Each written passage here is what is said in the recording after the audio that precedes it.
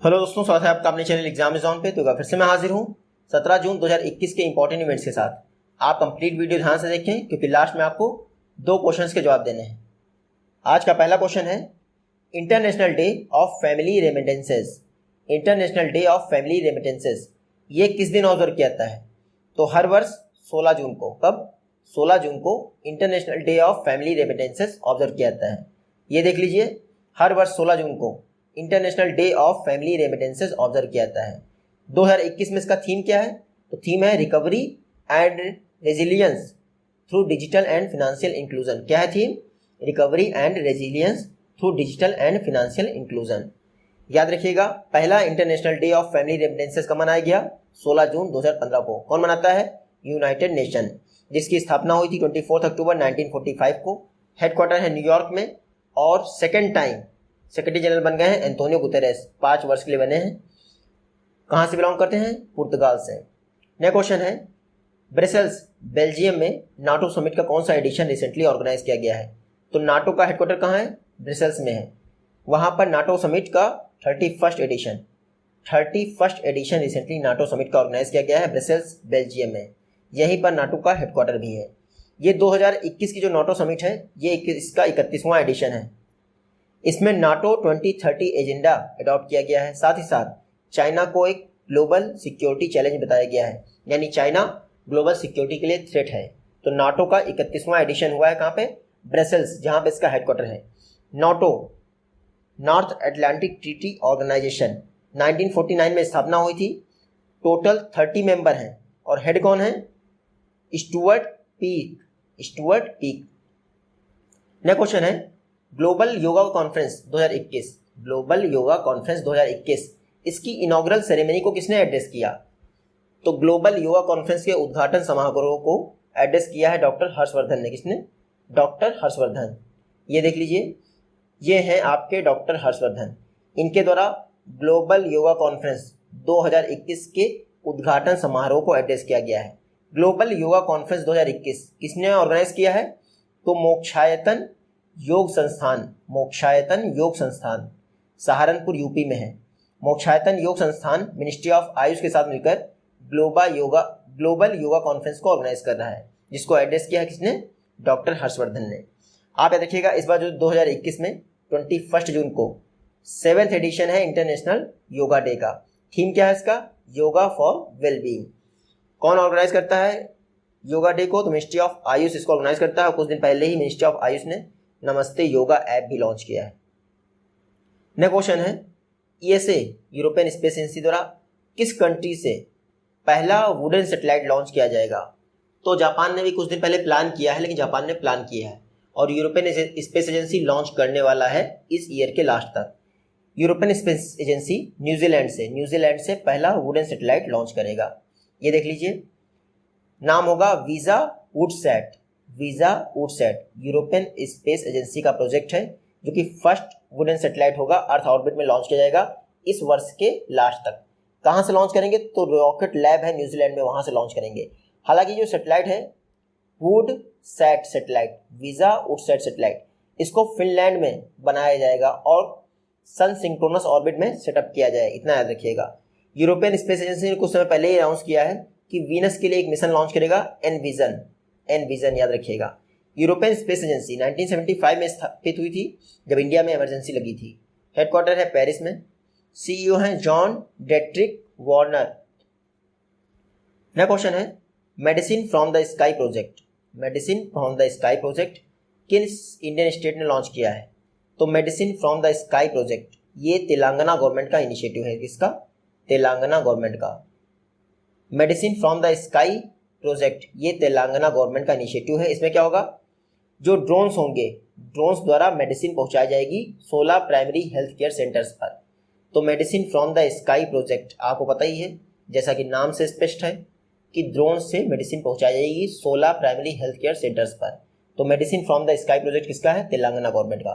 Telangana government द्वारा कुछ समय पहले ही वर्ल्ड इकोनॉमिक फोरम और हेल्थ नेट ग्लोबल के साथ पार्टनरशिप की गई है रूरल एरियाज में हेल्थ केयर फैसिलिटीज़ को इम्प्रूव करने के लिए।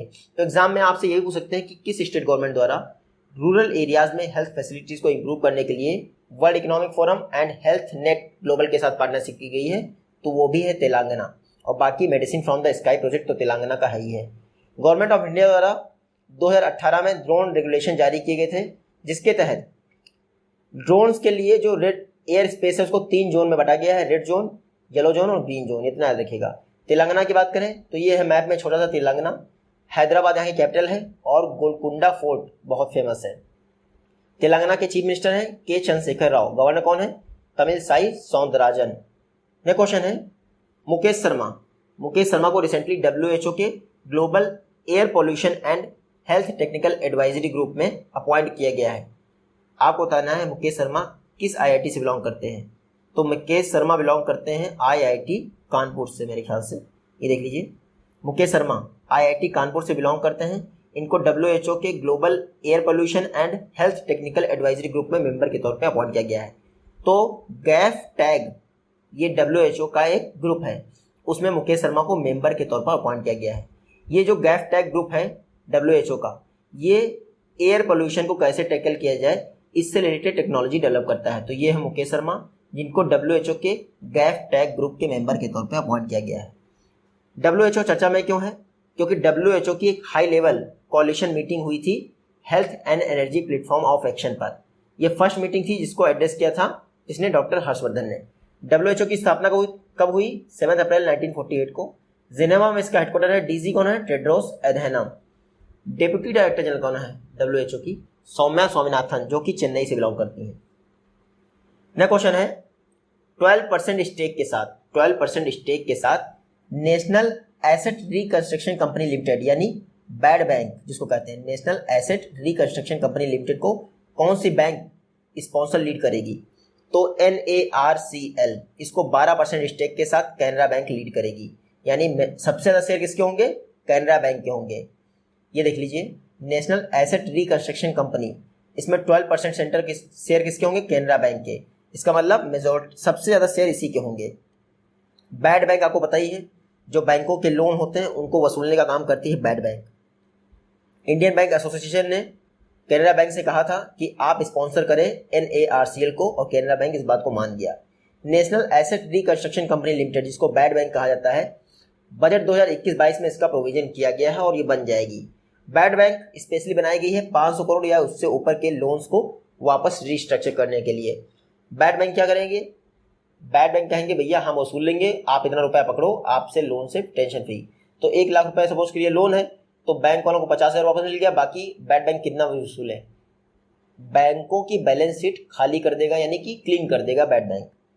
नेक्स्ट क्वेश्चन है यूनियन एविएशन और शिपिंग मिनिस्ट्रीज, इनके द्वारा सी प्लेन सर्विस डेवलप करने के लिए उड़ान स्कीम के तहत MOU साइन किए गए हैं। आपको था उड़ान स्कीम किस वर्ष लॉन्च हुई थी? तो ये लॉन्च हुई थी 2016 अक्टूबर में। ये देख लीजिए, यूनियन एविएशन, उड्डयन मंत्रालय और शिपिंग मिनिस्ट्री आपस में MOU साइन किया गया है ताकि उड़ान स्कीम के तहत सी प्लेन सर्विस को डेवलप किया सके।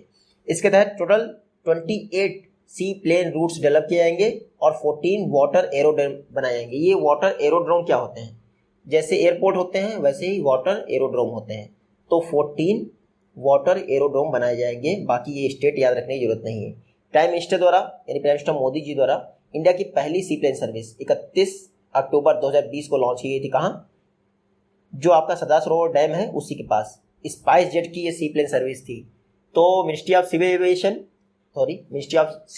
और शिपिंग मिनिस्ट्री, इन्होंने MOU साइन किया है 28 सी प्लेन रूट और 14 एरोड्रोम को डेवलप करने के लिए। उड़ान स्कीम अक्टूबर 2016 में लॉन्च की गई थी। ये देख लीजिए, उड़ान स्कीम के तहत फर्स्ट फ्लाइट जनवरी में उड़ी थी और इसके तहत क्या है? कैपिंग है कि अगर 1 आवर की जर्नी है फ्लाइट से तो 2500 से ऊपर किराया नहीं होना चाहिए। और अगर हेलीकॉप्टर से कोई जा रहा है 500 किलोमीटर या फिर 30 मिनट का ट्रैवल कर रहा है तो उसको भी 2500 से ऊपर किराया नहीं होना चाहिए। नेक्स्ट क्वेश्चन है इंडिया द्वारा 450 गीगावाट रिन्यूएबल एनर्जी का टारगेट किस वर्ष तक सेट किया गया है? तो 450 गीगावाट इंडिया 2030 तक अचीव करेगा। अभी कितना है? 175 गीगावाट है 2022 तक। 450 गीगावाट कब तक है? 2030 तक। चर्चा में क्यों है? चर्चा में इसलिए है क्योंकि जो सतलज जल विद्युत निगम लिमिटेड है, इन्होंने एक पैक्ट साइन किया है national institute of wind energy के साथ। किसके साथ? National institute of wind energy, ताकि सोलर और विंड एनर्जी प्रोजेक्ट्स को डेवलप किया सके। तो सतलज जल विद्युत निगम लिमिटेड आपको पता ही है, रिन्यूएबल एनर्जी बनाता है और फिर हाइड्रोलिक एनर्जी भी बनाता है, हाइड्रो पावर बनाता है। उसने national institute of wind energy के साथ आपस में पैक्ट साइन किया है सोलर और विंड एनर्जी बनाने के लिए। तो सतलज अभी तक मोस्टली जल वाले काम पे लगा रहता था, लेकिन अब सोलर और विंड एनर्जी की तरफ भी भाग रहा है। गवर्नमेंट ऑफ इंडिया का टारगेट है 2022 तक 175 गीगावाट और 2030 तक 450 गीगावाट इलेक्ट्रिसिटी जनरेट करना रिन्यूएबल सेक्टर से। सतलज जल विद्युत निगम लिमिटेड, ये देख लीजिए, hydro electric power generation company है और पैक्ट साइन किया है सोलर और विंड के लिए। किसके साथ? National institute of wind energy. Next question है, RBI reserve bank of India ने भारत बिल पेमेंट सिस्टम का जो स्कोप है वो कितने समय तक एक्सपेंड कर दिया है? तो भारत बिल पेमेंट सिस्टम, इसका स्कोप 31 अगस्त तक स्कोप को एक्सपेंड कर दिया गया है। क्यों? ताकि मोबाइल में आसानी से ट्रांजेक्शन हो सके। भारत बिल पेमेंट सिस्टम कई लोग यूज कर रहे हैं इसका QR कोड अलग अलग करके, लेकिन आरबीआई ने अभी तक 31 अगस्त तक इसको एक्सपेंड कर दिया है। भारत बिल पेमेंट सिस्टम एक इंटर ऑपरेबल प्लेटफॉर्म है जो कि रिकरिंग बिल्स के लिए यूज किया जाता है। NPCI ने इसको ऑपरेट कर रहा है, NPCI द्वारा। तो कुछ समय पहले ही BBPS Bharat bill payment system को आरबीआई ने कहा था कि अब इसको बंद कर देना चाहिए, लेकिन आरबीआई ने कहा है कि 31 अगस्त तक इसका स्कोप अभी भी रहेगा। National payment corporation of India 2008 में स्थापना हुई थी, मुंबई में इसका हेडक्वार्टर है। MD एंड CEO कौन है? दिलीप आसबे। नेक्स्ट क्वेश्चन है, राज पर्व फेस्टिवल ये किस इंडियन स्टेट द्वारा सेलिब्रेट किया जाता है? तो राज पर्व फेस्टिवल ये ओडिशा गवर्नमेंट द्वारा सेलिब्रेट किया जाता है। किसके द्वारा? ओडिशा गवर्नमेंट। ये देख लीजिए, राज पर्व फेस्टिवल ओडिशा में मनाया जाता है। 3 दिनों तक मनाया जाने वाला ये त्योहार है, पृथ्वी माता मदर अर्थ को समर्पित है, भूदेवी को। तो राज पर्व फेस्टिवल याद रखिएगा, जो 3 दिन तक मनाया जाता है और चौथा दिन जो होता है प्यूरिफिकेशन बाथ किया जाता है, यानी पवित्र स्नान किया जाता है। याद रखिएगा, इन 3 दिनों में महिलाएं कोई भी काम नहीं करती हैं। तो राज पर्व फेस्टिवल कहाँ मनाया जाता है? ओडिशा में। ये है मैप में ओडिशा। कुछ और फेस्टिवल है, कलिंग तो आप जानते ही हैं। छाऊ फेस्टिवल है, सिर्फ ओडिशा का नहीं है लेकिन ओडिशा में भी है। उसके अलावा नुआखाई फेस्टिवल और चैत्र यात्रा फेस्टिवल, ये याद रखिएगा, एग्जाम में बहुत पूछते हैं। ये हैं ओडिशा के। चीफ मिनिस्टर कौन है? नवीन पटनायक। गवर्नर कौन है? गणेशी लाल। जब भी ओडिशा का नाम आए तो याद रखिएगा, भितरकनिका नेशनल पार्क ओडिशा में ही है। उसके अलावा एशिया की लार्जेस्ट सॉल्ट वाटर लेक कहाँ पे है? ओडिशा में ही है, जिसका नाम है चिल्का लेक। और अगर इनलैंड सॉल्ट वाटर लेक की बात करें इंडिया की, तो कौन सी है? सांभर लेक। नेक्स्ट क्वेश्चन है, फेडरल बैंक द्वारा अपना स्ट्रेटेजिक कोलैबोरेशन ओरेकल और इन्फोसिस के साथ बढ़ा दिया गया है। आपको पता है ना, फेडरल बैंक का हेडक्वार्टर किस स्टेट में स्थित है? तो फेडरल बैंक का हेडक्वार्टर है केरल में। कहाँ पे? केरल में। सबसे पहले देखते हैं कि न्यूज़ क्या है। फेडरल बैंक द्वारा अपना स्ट्रेटेजिक कोलैबोरेशन ओरेकल और इन्फोसिस के साथ बढ़ा दिया गया है ताकि अपना कस्टमर एक्सपीरियंस बढ़ा सकें ओरेकल CX प्लेटफॉर्म के द्वारा। ओरेकल CX प्लेटफॉर्म ओरेकल का प्लेटफॉर्म है जो कि फेडरल बैंक के लिए यूज किया जाता है। ओरेकल और इन्फोसिस के साथ मिलकर फेडरल बैंक चाहता है कि एक customer relationship management solution provide किया जाए। कस्टमर रिलेशनशिप मैनेजमेंट सॉल्यूशन ये 360 डिग्री होगा, मोबाइल ऐप टाइप का, जो कि सिंगल सोर्स ऑफ ट्रूथ होगा इनके कस्टमर्स के लिए। तो याद रखिएगा, फेडरल बैंक ने ओरेकल और इन्फोसिस के साथ स्ट्रेटेजिक कोलैबोरेशन बढ़ा दिया है। फेडरल बैंक की बात करें 1931 में स्थापना हुई थी। एलुआ केरला में इसका हेडक्वार्टर है। MD एंड CEO कौन है? श्याम श्रीनिवासन। नेक्स्ट क्वेश्चन है, इंडिया में कितने अमाउंट से कम लोन्स को माइक्रो लोन्स के तौर पर जाना जाता है? तो इंडिया में 1 लाख से नीचे के लोन्स को, यानी 99,000 तक के लोन्स को माइक्रो लोन्स कहा जाता है। आरबीआई द्वारा रिसेंटली कहा गया है कि माइक्रो फाइनेंस इंस्टीट्यूशंस द्वारा कोलेट्रल फ्री लोन दिया जा सके हाउस होल्ड को, इसके लिए एक रेगुलेटरी फ्रेमवर्क होना चाहिए। अभी क्या होता है, micro finance institution collateral free loan देते हैं तो कुछ भी औने पौने जो है रेट लगा देते हैं, लेकिन एक रेगुलेटरी फ्रेमवर्क होना चाहिए, आरबीआई का ऐसा कहना है। और साथ ही साथ इनके ऊपर पहली बात तो फ्रीडम दे दिया जाएगा आपको कि आप इंटरेस्ट रेट तय करें। अभी क्या होता है कि आरबीआई डिसाइड करता है कि इंटरेस्ट रेट इससे मैक्सिमम नहीं होनी चाहिए, ठीक है, लेकिन अभी थोड़ा सा इनको छूट दी जाएगी कि इंटरेस्ट रेट अपने हिसाब से तय कर सकें। अभी रेगुलेटरी कैप है यहाँ के इंटरेस्ट रेट पर। साथ ही साथ आरबीआई ने यह भी कहा है कि हाउस होल्ड की इनकम का 50% से ऊपर लोन के तौर पर नहीं होना चाहिए, क्योंकि माइक्रो फाइनेंस इंस्टीट्यूशन ये नहीं देखते कि पहले से कितने लोन चल रहे हैं, वो लोन देते रहते हैं भले ही उनको पे कर पाए या नहीं। इंडिया में 1 लाख से नीचे के जितने भी लोन हैं उनको माइक्रो लोन्स की कैटेगरी में शामिल किया जाता है। नेक्स्ट क्वेश्चन है, ग्लोबल कंसल्टेंसी फर्म है बोस्टन कंसल्टेंसी ग्रुप, इसके अनुसार 2020 में इंडिया की फिनेंशियल वेल्थ कितने % से बढ़ गई है? तो फिनेंशियल वेल्थ यानी हार्ड मनी, कैश जिसको आप कहते हैं, गोल्ड वगैरह हुआ, ये 11% बढ़ गई है 2020 में। इवन पेंडेमिक चला था फिर भी ऐसा हो गया है कि इंडिया की फिनेंशियल वेल्थ 11% यानी $3.4 ट्रिलियन बढ़ गई है। कितना? $3.4 ट्रिलियन बढ़ गई है। किसने रिपोर्ट जारी की है? बोस्टन कंसल्टेंसी ग्रुप ने। एग्जाम में अगर आपसे ये पूछेंगे कि इंडिया की फिनेंशियल वेल्थ कितना बढ़ गई है, तो 11% $3.4 ट्रिलियन। फिनेंशियल वेल्थ क्या होती है? इसमें रियल एस्टेट्स निकाल देते हैं और साथ ही साथ जो लाइबिलिटीज़ हैं वो निकाल देते हैं, यानी अगर आपने लोन ले रखा है तो भी निकाल देंगे। रियल एसेट्स इंडिया में लगभग 2025 तक 8.2% पर एनएम के हिसाब से बढ़ेंगी, ये कहा है बोस्टन कंसल्टेंसी ग्रुप ने, जिसकी स्थापना हुई थी 1963 में। बोस्टन यूएस में इसका हेडक्वार्टर है और ब्रूस हेंडरसन इसके फाउंडर हैं। नेक्स्ट क्वेश्चन देखते हैं, AICTE इसने इनोवेटर एम्बेसडर प्रोग्राम के लिए AICTE के साथ कोलैबोरेशन किया है।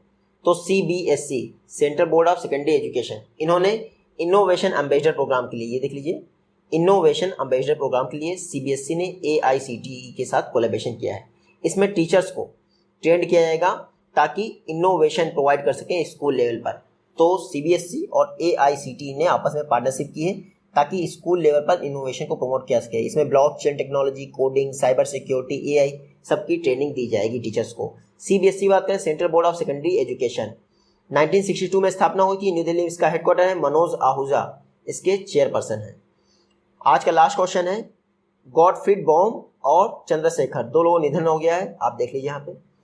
ये हैं गॉटफ्रीड बोहम, बहुत इंपॉर्टेंट नाम है, याद रखिए, Gottfried Boehm first German architect थे जिनको प्रिट्जकर प्राइज से दिया गया था। प्रिट्जकर प्राइज नोबेल प्राइज माना जाता है आर्किटेक्चर का। तो 2 क्वेश्चन बनते हैं, इनमें से कौन सा प्राइज नोबेल प्राइज माना जाता है आर्किटेक्ट का?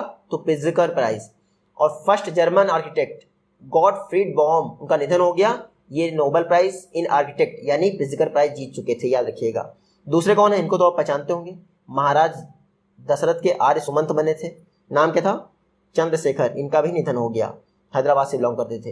तो दोनों याद रखिएगा, गॉटफ्रीड बॉम और आर्य सुमंत यानी कि चंद्रशेखर, निधन हो गया। यह आज की वीडियो से क्वेश्चन है, आई होप कि आप इजीली इनका जवाब दे पाएंगे। जल्दी ही मिलते हैं आपसे अपनी नेक्स्ट वीडियो में, तब तक के लिए take care, goodbye and जय हिंद।